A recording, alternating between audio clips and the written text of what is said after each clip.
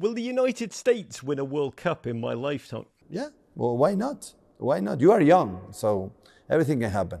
My guest today is a man of passion, intensity, ferocious tactical detail and eclectic wardrobe choices, who's come to Manchester, that city of cotton, rain, the Smiths and football, and built a dynastic team, defending champion Manchester City, the footballing equivalent of watching John Coltrane, Miles Davis, Wayne Shorter and Herbie Hancock in cleats.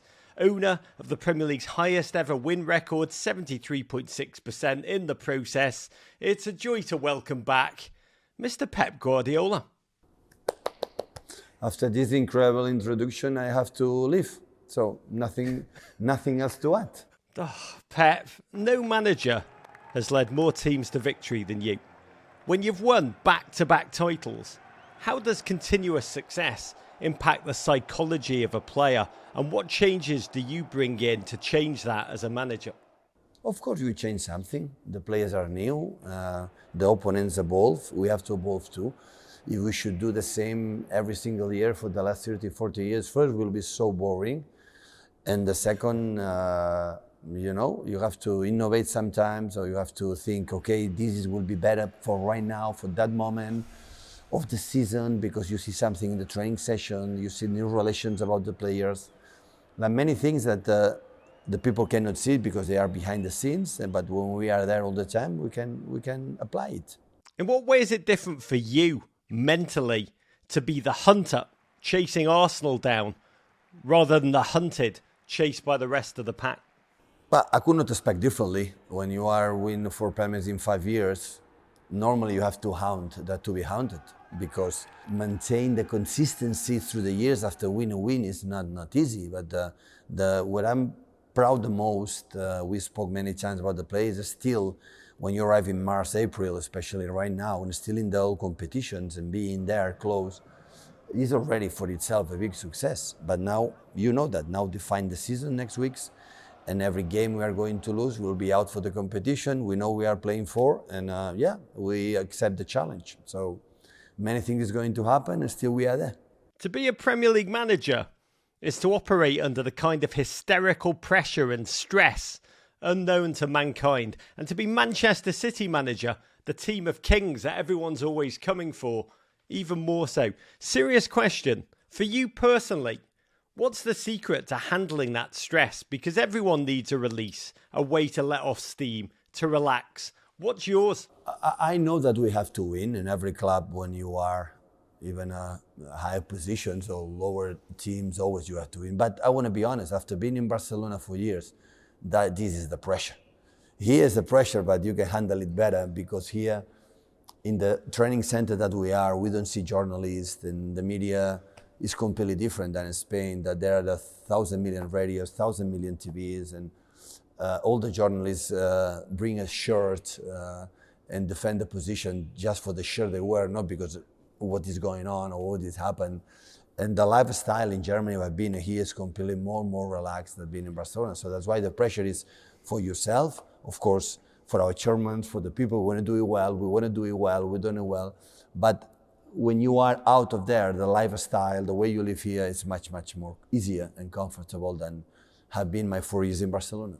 It doesn't look it, I got to be honest, watching you on the sideline. Is there a way during the season you can completely shut off? Or during the Premier League season, you just always on? Well, but I'm not saying that during the game I don't have the pressure. I have the same like I was in Barcelona and Bayern Munich. Here you want to win, you have the responsibility, you have that. But after, the day is 24 hours.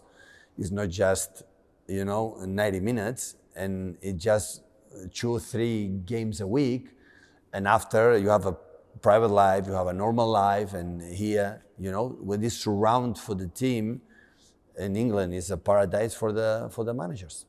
How much harder is it for you, Pep, to inculcate your ideas, your philosophy into players that you bring in as finished products, as opposed to breeding them as kids coming through the City Academy like Phil Foden, Rico Lewis, who are taught your ideas from the time that they're young? It's not difficult, my point of view. And secondly, I think that when you bring intelligent players, like they can understand the game quickly, it's easier.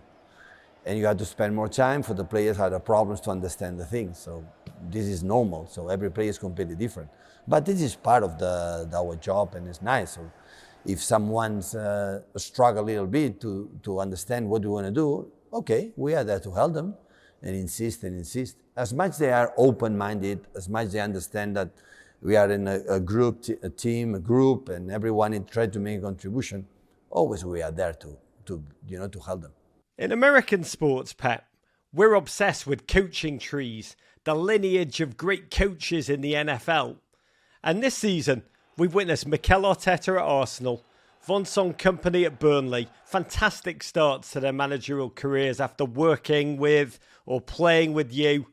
Which player on Manchester City's current roster do you believe will make a good manager down the road, and why? First of all, they have to desire, want it. I think Gundogan will be able to do it. Ruben Diaz is decide to do it. I don't know if they want to become a manager, but I think Ruben Diaz as well. Why those guys?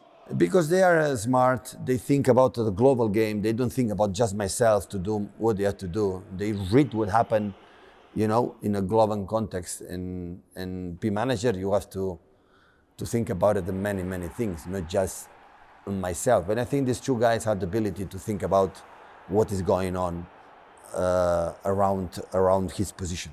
You've managed so many incredible players at Barcelona, at Bayern Munich, now Manchester City, true legends, Messi, Xavi, Iniesta, Lewandowski, Kompany, David Silva, Kun Aguero, more and more and more.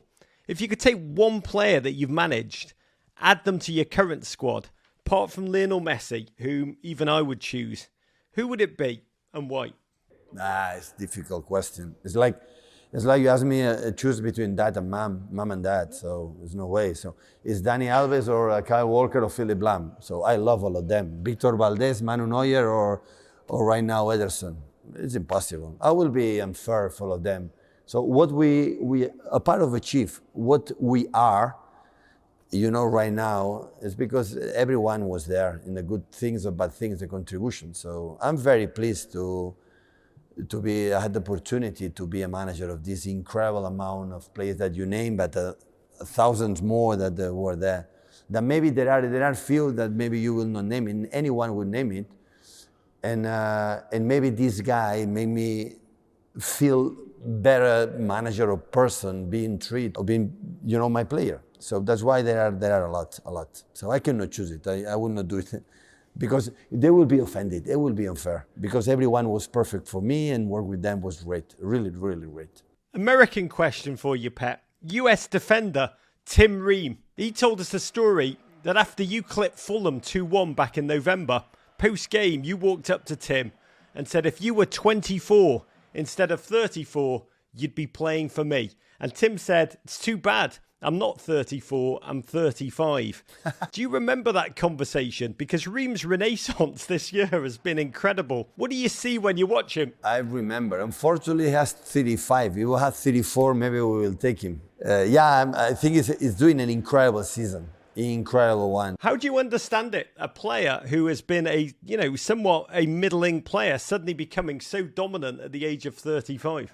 I like when I have 35 players, 35 years old, and if you have this passion and love to play and be in there. Number 35, you are thinking of retire, go to the Maldives and take a sun under the coconuts, and that's all. And it's nice. It's really nice still playing an incredible level in Fulham under Marco Silva and all these teams. So making incredible and last season in the championship and this season too. Yeah, I admire him a lot and I like him a lot. So I'm very pleased. He's playing really well. I actually think he's lying and he's really 45, but I'll get back to you on that one. Last question for you, Pep. Will the United States win a World Cup in my lifetime? It's a huge country. They don't have the tradition to fight, from bigger bands, but who knows? Well organization, the players are there. I'm pretty sure they're good managers and why not? Why not? You are young, so everything can happen. Bite your arm off for who knows. Pep Guardiola, Godspeed to you. Courage. Subscribe here for more Men in Blazers videos and courage.